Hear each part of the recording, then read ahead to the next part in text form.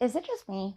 Or does it seem like every time things start to finally slow down on the Chris Watts case, things come back a little bit different and more interesting than before? So, let me introduce you to the so-called third Chris Watts confession. This confession is allegedly dated April 23rd of 2019 and was sent to a lady named Cheryl. You see, Cheryl is supposedly someone who started a relationship with Chris Watts by sending him letters. It is said that on the third letter, she finally referenced religion. And we all know that Chris Watts has this newfound religion, right?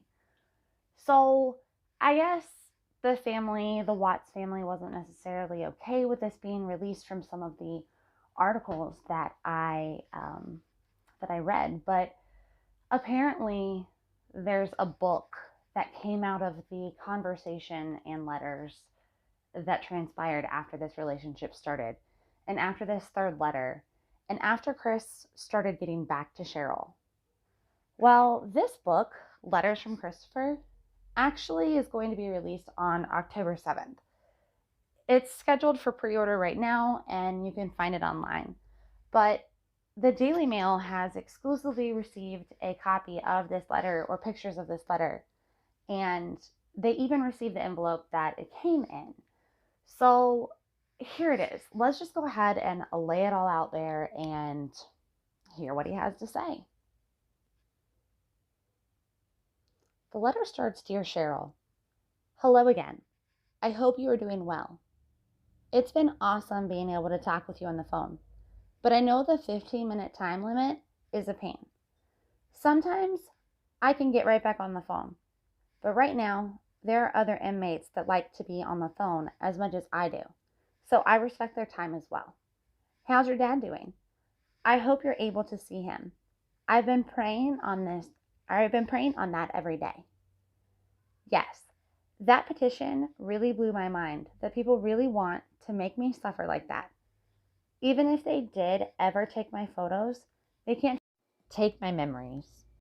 An inmate from another institution wrote me about that subject and said, if they take your pictures, they would need to take the pictures from the other 500 to 600 people that have their family pictures up in their cell convicted of the same act. Do I feel like I should be incarcerated for the acts I committed? I most definitely think so. Do I imagine myself ever doing anything like this or be a danger to society? I most definitely think not. If I were to ever be released, I know I would go straight to a ministry and start going to jails and prisons and help inmates. If God led me to be ordained, I would go that route as well. I possibly even be a chaplain. My attorney team could see I was different and knew that this was a one-time occurrence for me. They even told me that in Europe, the law is I would serve 20 years or so for homicide. And in California, after 25 years of imprisonment and a life sentence, you can be released if you have good behavior. So there's hope for everyone to live outside prison walls. I know physically I'm behind these walls, but my spirit is free with Christ. If God keeps putting it on your heart that there is more to the story than what the FBI has, you're correct. I don't like saying stuff like that.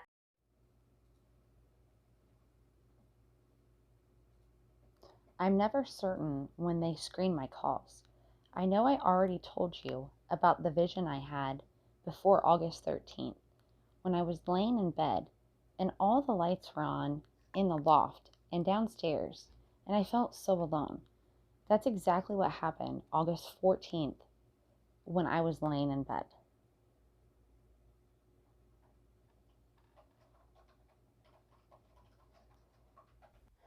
I'm not sure if I want this in the book or if God does, but here are the things I left out. August 12th, when I was finished putting the girls to bed, I walked away and said, that's the last time I'm going to be tucking my baby. I knew what was going to happen the day before, and I did nothing to stop it. I was numb to the entire world.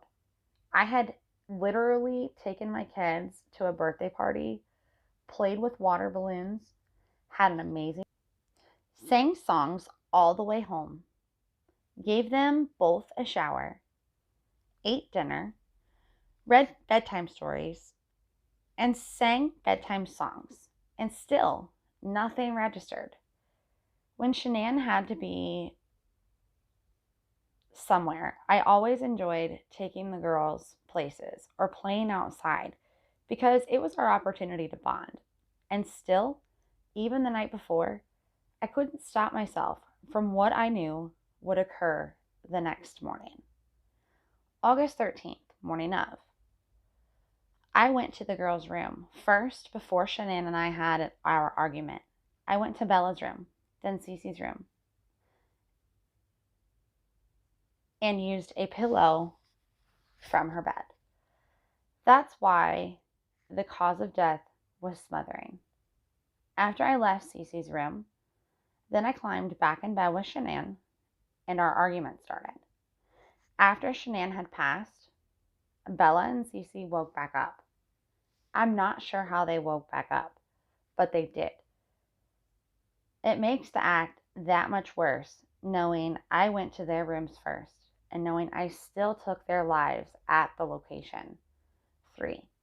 The reason the medical examiner found Oxycontin in Shannan's system is because I gave it to her.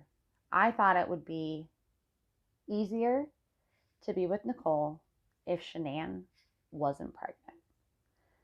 If the world knew all of that, I'm pretty sure a new petition would be started to have me put to death, or I would be killed in prison if I ever got transferred from this institution.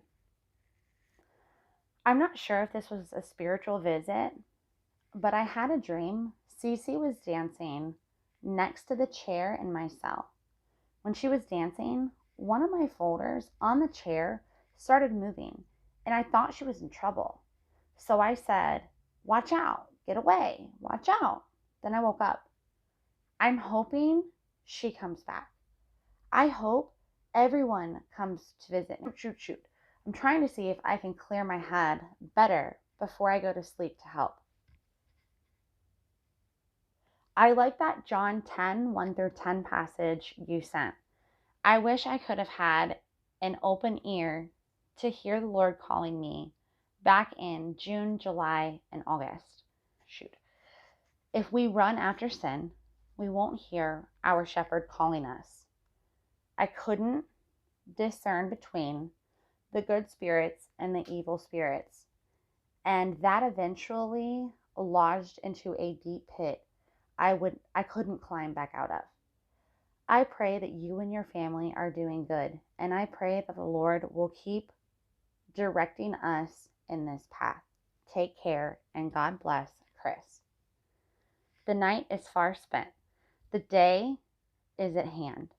Let us therefore cast off the work of darkness, and let us put on the corner of light. Romans 13:12. That verse is how Chris signed his letter. So I'm curious what you guys think about the third confession and about all of his admissions and about everything that has come out since this letter and really since the last confession. I kind of said when the second confession came out, I said I didn't think it was over. I kind of think that he likes the attention.